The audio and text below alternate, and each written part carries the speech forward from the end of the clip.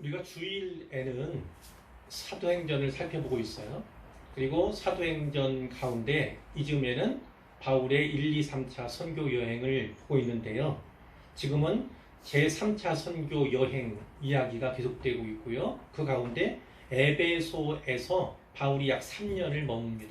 가장 길게 머물렀던 곳이 바로 에베소인데 거기에서는 그래서 몇 차례에 걸쳐서 설교가 진행되었고 오늘도 에베소에서의 마지막 부분이 시작이 되는 거예요. 자, 잠깐 요약하면 그렇습니다. 이 3차 선교 여행 중에 에베소 사역이 아주 큰 업적이 남겨졌어요. 그렇죠? 열매가 맺혔습니다. 어떤 것들이 있었어요? 그 에베소라고 하는 곳은 특히 마술이라고 하지만 사실은 이 엑소시스트입니다. 귀신 쫓아내는 그런 일들 횡행하는 그런 사회였어요. 또 뒤에 보면 아데미 신전이 있고 그 아데미 여신을 섬기는 그런 전통이 그런 신앙이 팽배했던 그런 곳 아니겠습니까? 그런데 어떤 일이 있었냐면 에베소에 큰 사회 변혁이 일어났습니다. 하나님께서 역사하시고 또 바울의 복음의 열매가 맺혀서 사회가 소위 조칭 뒤집어졌다고 하면 뒤집어졌어요. 변혁이 일어났습니다.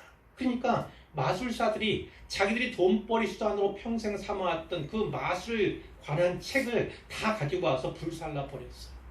오늘 우리의 값으로 환산하면 약 50억 정도 되는 그런 것이 다 불살라서 사라지게 되는 거예요. 그 사람들이 버린 거죠. 이 마술의 세계관 자체를 버린 겁니다. 이제까지의 삶에서 이게 돌이키겠다 이런 결심을 회중 앞에서 드러낸 것으로 볼 수가 있어요. 바로 이 일이 있은 후에 바울이 어떻게 이야기합니까? 마게도냐 그리고 아가야를 거쳐서 예루살렘으로 돌아가야겠다 이런 마음을 갖게 되는 거죠. 계획을 합니다. 그 다음에 무슨 말 하죠? 내가 거기 갔다가 예루살렘에 갔다가 후에 로마도 보아야 하리라. 그러니까 로마까지 선교하고자 하는 그의 마음가짐을 우리가 여기서 읽을 수 있는 거예요. 그래서 자기와 함께 있던 동료 가운데 디모데 그리고 에라스도 두 사람을 먼저 마게도냐로 보내게 되는데요. 자, 이 마게도냐에서 그들이 할 일은 물론 교회를 살펴야 되는 거죠. 그러면서 무슨 일을 또 하냐면 예루살렘 교회를 돕는 데 쓸 헌금들, 연보를 모으는 일, 그것을 그들에게 부탁한 거예요. 그리고 얼마 더 있다가 자기가 따라가고자 이렇게 약속을 한 상태였던 거죠. 그런데 그들이 간 후에 어떤 일이 있었습니까? 데메드리오라고 하는 사람이 큰 소요를 일으켰지 않습니까? 그 사람은 은장색이에요. 말하자면 은으로 아데미의 신상 모형, 그러니까 미니어처 같은 걸 만들어서 관광객들에게 파는 그 업을 하는 사람이었는데 그가 그 가운데 우두머리였던 거예요. 이 데메드리오가 직장들 그러니까 일하는 사람들이죠. 그 사람들을 선동하고 또 그 사람들이 또 다른 이들을 선동하여서 많은 무리들이 다 이제 들고 일어나게 되는 거예요. 바울의 동료 중에 일부였던 가이오 또 아리스토고라고 하는 사람이 그들이 붙잡혔어요. 그래서 연극장으로 이제 원형극장 그런 데죠. 그런 데로 잡혀 들어가게 됐는데 바울이 그것을 알고 거기에 가려고 합니다. 자기 대신해서 그들이 잘못하면 큰 어려움을 당할 수 있으니까 자기가 가고자 합니다. 그런데 제자들이 만류하고 특히 이 지역에 있던 아시아 관리들 그들이 만류를 해서 가지 못하게 합니다. 들어가지는 않았어요. 근데 다행이라고 하지만 하나님께 역사하신 거죠.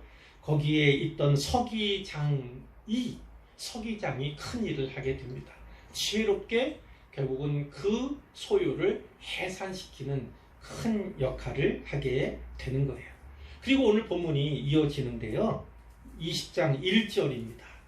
소요가 바로 그 데메드리오로 말미암은 소요가 그쳤을 때에 바울이 제자들을 부릅니다. 어디로 불렀겠어요? 아마도 두란노 서원 늘 날마다 모여서 공부하고 또 가르쳤던 그곳으로 부르지 않았을까 생각할 수 있는데 불러요. 그리고 권면의 말을 합니다. 그리고 에베소의 성도들과 작별한 뒤에 마게도냐로 가게 되는 거죠.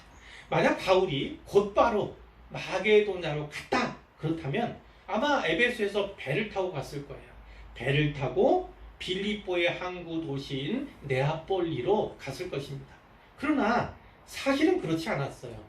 고린도 후서 2장 12절 13절에 보면요, 이때 바울이 에베소에서요 북쪽 240km 정도 떨어진 드로아로 갔다고 이렇게 기록을 하고 있어요.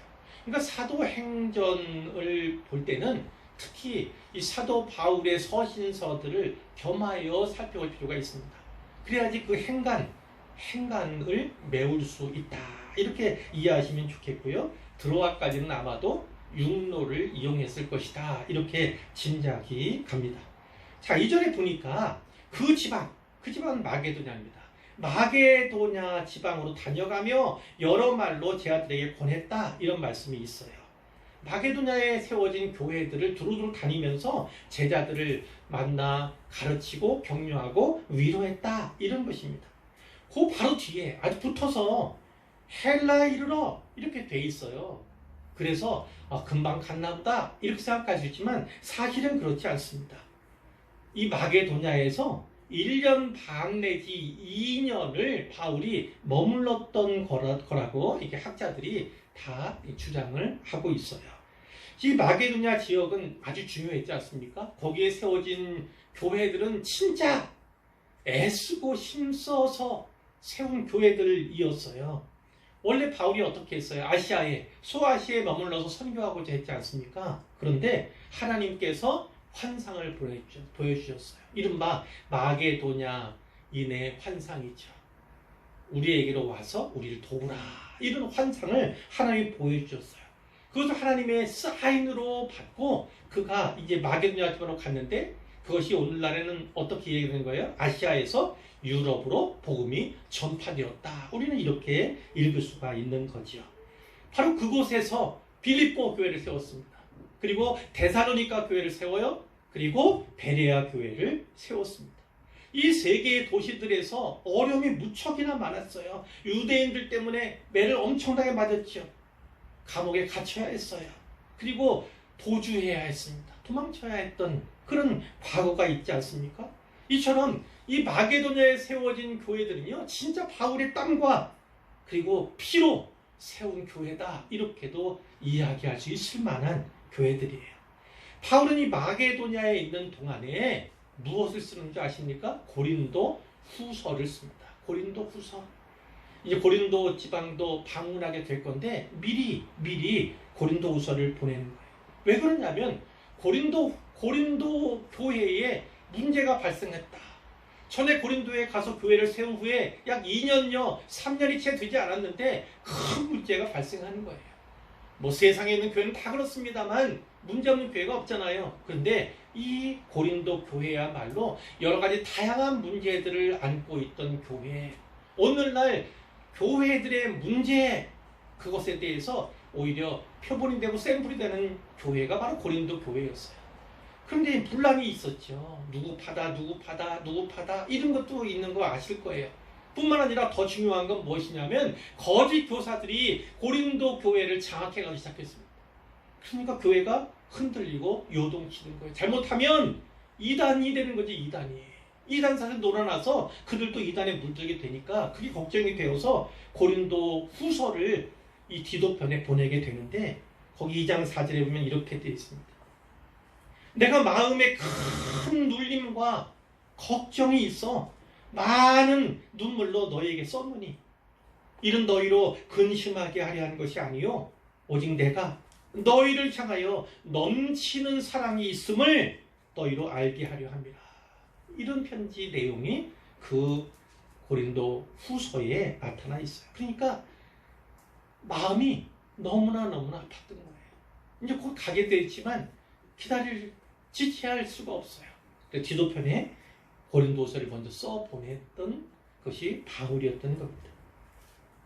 그리고 가는 곳이 이제 헬라잖아요. 헬라는 그리스, 이렇게도 이야기할 수 있는데 특히 이제 마게도냐의 남쪽이다. 흔히 아가야 지방으로 불려지는 거기에는 아덴, 즉 아테네가 있고요. 고린도가 있는 곳이 바로 여기에 헬라 이렇게 되어 있는 그 부분이에요. 자, 거기 석 달 동안 특히 거기는 이 그리스 지역에서도 고린도 지방을 말합니다. 고린도에 약 석 달 동안을 머물러 있게 되는 거예요. 자, 그리고 거기 고린도에서 겨울을 지내면서 무엇을 쓰냐면 신학의 꽃, 바울 서신의 꽃 중에 꽃이다 이렇게 일컬어지는 로마서를 거기서 기록하게 되는 거예요. 이건 로마의 교회에 보낸, 로마의 성도들에게 보낸 편지가 바로 그러니까 바울은 선교하고 재방문해서 그들을 위로하고 권면하고 견고케 하고 뿐만 아니라 바울 서신을 보내가지고요 여러 교회를 돌보았던, 함께 돌보았던 그런 사역을 펼쳐갔던 거예요. 자, 그 다음에 석 달 후 배를 타고 수리아로 가고자 합니다. 수리아는 안디옥의 위쪽 부분이잖아요. 수리아가 안디옥이 있는 곳이죠. 안디옥이 있는 그 수리아로 가고자 하는 거예요. 그런데 수리아로 가려면 배 타고 곧바로 가야 되죠. 배 타고 곧바로 건너가야 되는 건데 어떠한 첩보를 접하게 되었냐면 유대인들이 그를 해하려 한다. 유대인들이 바울을 죽이려고 공모한다. 이런 첩보를 얻게 된 거예요. 그러니까 어떻게 됩니까? 아, 그렇게 하면 안 되겠다. 결심이 쓴 거죠. 바울은 6월절을 예루살렘에서 지내고 싶었어요. 이번에. 올해 6월절은 예루살렘에서 지내고 싶은 그런 간절한 마음이 있었거든요. 그래서 여기서 배를 타고 곧바로 수리아 안디옥으로 가서 예루살렘으로 가고자 했던 거예요. 그런데 이런 첩보 내용은 이렇습니다. 이제 배를 타고 갈 거 아니에요? 근데 바울만 그런 것이 아니라 디아스포라 유대인들이 많이 있었는데 그들 역시도 6월절 절기를 예루살렘에 지내기 위해서 많이 배를 타고 이동할 때가 바로 겨울이 지나고 3월 초가 되면 그렇게 할 거예요. 그런데 그렇다 보니까 유대인들이 그 배에 가득 찰 거 아닙니까? 그러니까 이 바울을 해하고자 하는 무리들도 거기 그 배에 타서 아무도 모르게 바울 죽이려는 거죠. 죽인 다음에 바다에 던지면 어떻게 찾겠어요? 그것을 도모하고 있다, 계획하고 있다는 것을 이제 알게 되는 거예요. 그래서 계획을 어쩔 수 없이 수정하게 된 겁니다. 배 타고 가는 것이 아니라 다시금 육로로 왔던 길을 돌아서 다시 마게도냐로 아마 빌립보 그리고 배를 타고 이제 아시아로 건너오는 트로아까지 가는 그 길을 이제 가게 된 것으로 우리는 이해할 수가 있는 거예요. 자, 그런데 어쨌든 이 마게도냐 그리고 헬라에 머물면서 바울이 했던 일 가운데 큰 일이 무엇입니까? 교회를 돌보는 일 당연하죠. 서신을 보내는 일 당연하죠. 그러나 그거 외에도 전에 말했던 것처럼 먼저 2명의 제자를 앞세워 마게도냐로 보냈던 것처럼 예루살렘 교회에 보낼 연보를 준비하는 일이었어요. 준비하는 일. 자, 그리고 바울이 그 연보를 통해서 얻고자 했던, 기대했던 바는 무엇인지 지난번에 나눴지 않습니까?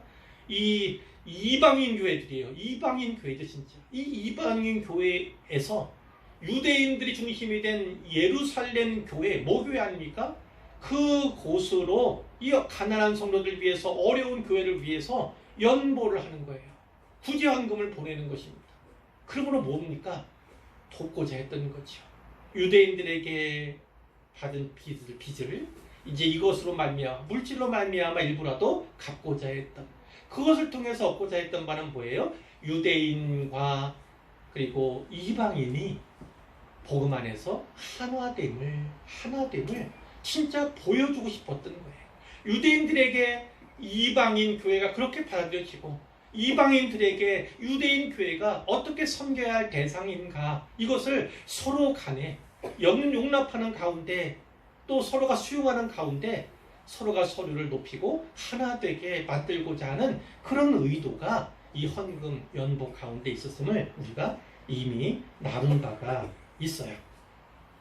자, 이렇게 아시아까지 함께 가는 자들 나오죠. 4절에 보니까 누가 있습니까? 베레아 사람인 소바도가 있고요. 데살로니가 사람인 아리스타고 세군도가 있고요. 또 더베 사람인 가이오, 또 디모데는 루스드라 사람이죠. 그리고 아시아 사람인 두기고와 드로피모라고 하는 사람. 여기에 기록된 사람은 7명입니다. 대부분이 헬라 태생이죠. 그 지역의 사람이다 그 말씀이에요. 자, 그리고 이들은 바울의 이방인 선교의 열매 이렇게도 볼 수가 있고요. 뿐만 아니라 아까 연보를 보았잖아요. 그 연보를 모으는 데 동참했던 협력했던 이방 교회들의 대표자로서 이들을 데려가는 것으로 이해할 수도 있어요. 그러니까 7명의 사람들은 그 지역의 교회들을 각각 대표하는 사람들이다 이렇게 볼 수가 있는데요. 5절에 보니까 그들은 먼저 가서 드로아에서 우리를 기다리더라. 그들이 먼저 갔어요. 드로아로요. 근데 누구를 기다립니까? 우리를요. 그럼 우리는 뭐예요? 우리는 당연히 바울 포함됐을 텐데 우리 나온 게 어디냐면 마지막이 16장 16절이었습니다. 16장 16절에 우리가 나왔어요. 그 우리라는 표현이 나올 때는 무엇을 생각해야 합니까? 이 사도행전을 기록했던 누가를 기억해야 합니다. 누가가 자기가 포함되어 있을 때 우리 이렇게 쓰는 용례들을 우리가 앞에서 살펴본 바가 있어요. 16장 16절은 2차 선교여행 때인데요. 2차 선교여행 때 누가가 빌립보에서 이제 헤어지게 됩니다. 아마도 빌립보가 고향이지 않았을까 이렇게 여겨지고 있는데요. 거기에서 지금까지 이 시점까지 보면 8년이에요. 8년 동안 빌립보에 있었던 거예요. 빌립보에서 빌립보 교회를 돌보고 있다가 다시 선교팀에 합류했다 이렇게 보여지는 것이죠. 그러면 이 누가는 어느 교회를 대표합니까? 빌립보 교회를 대표한다. 그럼 바울은요? 아마도 여기에 누가만 아니라 디도도 있을 거예요. 디도. 그럼 바울과 디도는 아래쪽에 있는 아가야 지방의 교회들을 대표한다 이렇게도 또 볼 수가 있습니다. 어쨌든 이 사람들은 각 교회, 각 지역을 대표한다 이렇게 볼 수가 있는 거예요. 자, 6절입니다. 6절. 우리는 무교절 후에 빌립보에서 배로 떠나. 그러니까 빌립보에서 무교절을 지냈다 이 얘기 아닙니까? 아마 누가 그리고 아마도 디도와 더불어서 이 무교절을 지낸 것으로 우리가 볼 수가 있는데요. 이 무교절은 6월절 이어지는 절기죠. 6월절 뒤에 일주일 동안 이어지는 절기가 바로 무교절입니다. 이 무교절은 출애굽 사건을 기념하는 절기잖아요. 누룩 먹지 않은 땅, 무교병을 먹으면서 일주일을 지내는, 그래서 출애굽 사건을 통해서 베풀어 주신 하나님의 은혜, 그때의 조상들의 고난에 대해서 묵상하는 그런 절기가 바로 이 무교절이에요. 그 무교절, 바울은요 이방인 성도들에게 어떻게 했습니까? 하나님 자녀가 되기 위해서는 할례 필요 없다, 율법을 꼭 지킬 필요 없다 이렇게 가르쳐 왔어요. 그런데 자기 자신은 유대인이잖아요. 유대인으로서 조상들의 유산이라고 할까? 그것을 가급적이면 잘 지키고자 했던 것이 또 바울이기도 하다. 우리는 여기서 읽을 수가 있는 거예요. 자, 그리고 어떠한 결심을 서게 되냐면 이 행간을 보면 그런 겁니다. 6월절을 예루살렘에서 지내고 싶었는데 그렇지 못하니까 오순절은 이제 77이 49, 7주 후에 있게 되는 절기거든요. 그 오순절만큼은 예루살렘에서 지내고 싶은 마음이 간절했던 거예요. 뒤에 보면 서두르기 시작합니다. 서두르는 내용들이 꽤 나오고 있어요. 자, 이 빌립보 항구 도시인 네아폴리에서요. 그리고 어디? 드로아에 있는 사람들, 먼저 가 있는 사람들을 만나고자 하는데 얼마나 갔습니까? 배 타고 닷새가 걸렸다. 그리고 가서 일주일 동안 머물렀다. 이렇게 성경이 기록하고 있는데, 자, 이 사건, 중요한 사건이 우리가 읽은 바에 나타나 있잖아요. 7절 이하에. 이 사건이라고 하면 유두고라는 사람이 청년이에요. 죽었어요. 그리고 다시 살아난 그 사건이 일어난 그것을 지금 우리가 살피게 되는 거예요. 그 주간의 첫날은 언제냐면 바로 일요일을 말합니다. 오늘 우리의 말로 하면 주일을 말하는 거예요. 주일. 그 주일 중요합니다. 그 주일에 우리가 떡을 떼려 하여 모였더니, 떡을 뗀다는 것은 성경의 두 가지 의미입니다. 하나는 성찬이라는 거고 또 하나는 애찬, 성들 간의 교제, 기타의 교제를 말하는 거예요. 근데 뒤에 보면 11절에 또 한 번 떡을 뗀다는 얘기가 있어요. 그렇기 때문에 뒤에 것은 애찬, 그럼 여기는 성찬이겠구나, 우리가 짐작할 수가 있는 거죠. 자, 주일에 떡을 떼려 성만찬이죠. 하기 위해서 모인 겁니다. 그러니까 예배 드리기 위해서 모였다는 것이고, 그 당시에는 주로 저녁에 모였습니다. 왜냐하면 로마가 기독교를 공인하기 전까지는요, 이제 제국의 종교로 공인하기 전까지는요, 이 주일에도 사실은 일을 할 수밖에 없는 어려운 신자들이 많이 있었으니까 그 주일이라고 할지라도 일할 수밖에 없는 그런 편들이 되게 있었거든요. 자, 그러니까 되게 낮에는 일하고 저녁에 모이는 그런 일들, 그것을 우리가 이제 생각을 해야 하는 것인데요. 어쨌든 초대교회 이후로 주일에 모여서 공식적인 예배를 드리는 그런 전통이 세워지게 되는 거죠. 나중에 사도 요한이 밤모섬에 유배가지 않습니까? 거기에서 요한계시록을 쓰게 되지 않아요? 그런데 그 요한계시록에 보면 바로 이 일요일을 뭐라고 얘기하냐면 주의 날, 이렇게 묘사하고 있어요. 그 이후로 우리는 이 날을 일요일, 더는 이렇게 부르지 아니하고 주일 이렇게 부르게 되는 것이고요. 이 주일 모임에는 성만찬이 많이 베풀어졌고, 그리고 애찬도 함께 했음을 우리가 기록을 통해서 알게 되는 거예요. 자, 그 다음에 이제 성만찬 하죠. 그리고 바울이 그들의 강론을 하는 거예요. 강론. 그런데 바울은 어떤 계획이 있습니까? 이튿날 떠나고자. 거기서 이튿날 떠나고 다음날 떠나고자 하는 거예요. 그러니까 시간을 아낄 수밖에 없는 거죠. 아낄 수밖에 없어요. 강론을 하게 되는데 설교뿐만 아니라 그들과 함께 대화하는 그런 분위기였을 거예요. 자, 말을 밤중까지 계속하며, 이 밤중이라는 것은 꼭 지금 말한다면 자정까지예요. 밤 12시까지 계속 설교를 한 거예요. 계속 강론을 한 겁니다.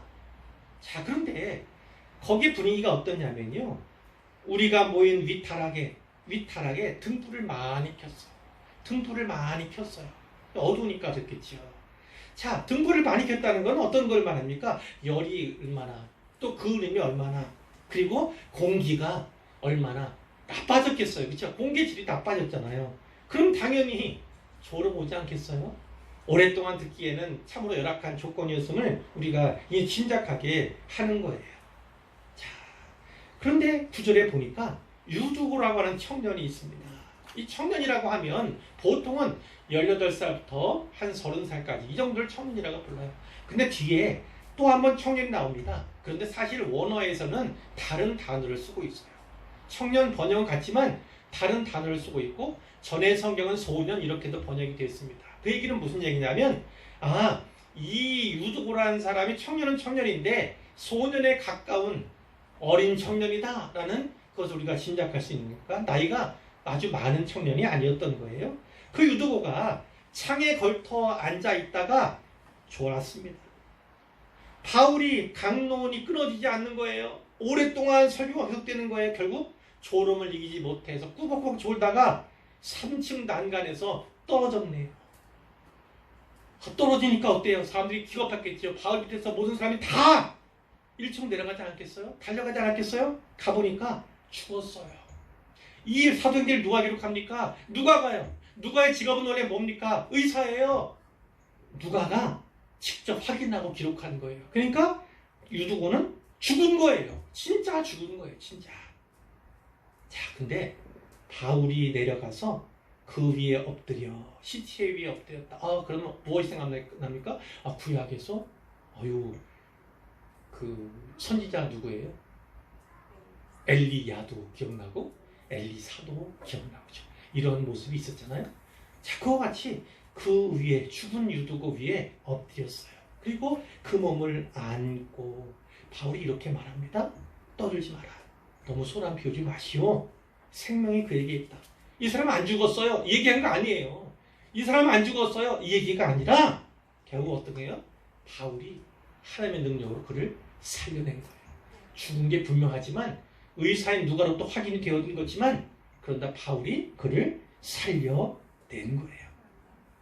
성경에는요. 죽은 사람이 살아나는 기록이 꽤 있습니다. 신구약에 걸쳐서 약 8번, 물론 예수님께서 몇 차례를 행하셨기도 하고 베드로도 행한 적이 있어요. 구약의 선지자도 행한 바 있지만 8번이 나오는데 그 중에 마지막 기록이 바로 여기에요. 바울이 유두고를 살려낸 이야기가 그 마지막을 이루는 겁니다. 자, 그런데 어디 부러지거나 상하지는 않았나 봐요. 그렇죠? 아마도 부러지거나 상하였어도 죽은 자를 살리신 하나님의 능력이 아마 그를 온전케 한 것이 아닌가. 그것도 또 기대할 수가 있는 거예요. 어쨌든 이들이요 올라갔어요. 3층으로 다시 올라갔습니다. 그래서 거기에서 뭐 했어요? 떡을 떼어 먹었어요. 그러니까 앞에 부분은 성찬으로 볼 수 있고 여기서는 애찬. 밤늦은 시간에 출출하네요. 오랫동안 설교하고 오랫동안 말씀을 들었더니 출출해요. 그러니까 애찬을 함께 하면서 오랫동안 날이 셀 때까지 새벽까지요 서로 이야기하고 교제하고 결국은 새벽에 아침이 되어서야 바울이 떠나게 되는데 이제 바울은 떠나고 그 일행은 떠나요. 그럼 남은 사람들이 있잖아요. 그 지역에 남은 사람들이 어때요? 살아난 청년을 데리고 가서 이제 그 유두고가 살아났잖아요. 적지 않게 위로를 받았다. 이 주일은 어떤 날입니까? 원래 주의 날은 이 날은 뭐예요? 예수님께서 죽은 지 사흘 만에 부활하신 날 아닙니까? 바로 부활을 기념하는 그날에 죽은 자가 살아난 그 역사를 받잖아요. 기적을 체험했잖아요. 그러니까 그것만큼 놀라운 가르침이 있겠습니까? 우리가 십자가와 부활을 증거하고 가르치지만 이 사람은 그것을 직접 목도하고 체험한 사람이에요. 죽은 자가 살아나는구나. 예수님도 이렇게 살아나셨겠구나. 예수 믿는 자들은 우리도 이렇게 죽었으나 언젠간 살아나겠구나. 물론 이 땅에서의 육체적인 죽음 가운데 살아난 것이지만 앞으로 어떠한 상황, 우리의 마지막 날 죽음 맞게 되더라도 부활하겠구나라고 확신을 늘 갖고 큰 위로를 받게 되었다. 우리는 이렇게 이제 살필 수가 있는 것이죠. 자, 이 13절로 갑니다. 우리는 앞서 배를 타고 앗소에서 바울을 태우려고 그리로 가니. 이게 문맥 보니까 어떤 걸 볼 수 있어요? 바울 일행이 이 드로아에서 2개의 그룹으로 나뉘어진 것을 우리가 볼 수가 있다고요. 한 그룹은 앞서갔어요. 앞서간. 그런데 우리 그러고 보니까 누가를 포함해서 아마 디도도 함께 한 그룹이죠. 그런데 가만히 보니까 바울을 태우려고 바울만 혼자 갔는가? 그건 잘 모르겠지만 아마도 그럴 가능성이 있어요. 바울이 혼자 간 거예요. 혼자. 바울은 사실 배를 타는 것을 별로 좋아하지 않았던 것 같아요. 어쩌면 배멀미가 무척 심했던 그런 사람일 수도 있고요. 그래서 어쨌든 바울은 걸어가기로 하고 이 우리라고 표현된 일행들은요 배를 타고 가게 된 거예요. 먼저 출발하게 된 겁니다. 바울이 걸어서 가고자 하여 그렇게 정하여 준 것이라. 어쨌든 바울은 홀로 따로. 어쩌면 바울이 생각했던 건 무엇인가? 이 제자들이 오랜 발걸음, 오랜 여정 가운데 지치고 힘들었지 않겠어요? 그러니까 그들을 배려해주는 차원, 그러나 자기는 조금 힘겨운 배를 타는 것이 아니면 그 가운데 좀 정리하면서 생각하고 묵상하고 혹은 하나님께 그 기도하고 싶은 마음들 있지 않았을까? 이제 여정들을 정리해보고 앞으로 또 나아갈 길에 대해서 하나님의 뜻을 구하는 그런 시간들이 홀로 있으면서 아마 그런 시간들을 가지지 않았을까? 우리는 유추해 볼 수가 있는 거예요. 자, 그리고 이제 바울이 이제 만나게 되는 거예요. 우리라고 하는 그 그룹과 만나게 되는 거예요. 앗소에서. 자, 그러면 이 앗소에서 배를 타고 어디로 갑니까? 미둘레네. 미둘레네는 항구 도시예요. 항구 도시. 자, 거기서 떠나 이튿날 기오. 이 기오는 섬입니다. 섬. 섬에 이른 거예요. 그 이튿날 사모, 이 사모도 섬이에요. 섬에 들렀다가 그 다음날 밀레도에 이르렀다는 거죠. 밀레도. 밀레도는 이제 에베소에서 약 50km 정도 떨어져 있는데 그곳에 항구 도시다. 에베소의 항구 도시다. 이렇게 생각을 하면 되겠는데요. 16절 바울이 아시아에서 지체하지 않기 위하여 에베소를 지나 에베소를 들르지 않았다는 거예요. 곧바로 밀레도로 갔다. 그리고 거기에서 배를 타고 가기로 작정했다. 이 말씀. 그 이유가 무엇입니까? 될 수 있는 대로 오순절 안에 예루살렘에 이르려고.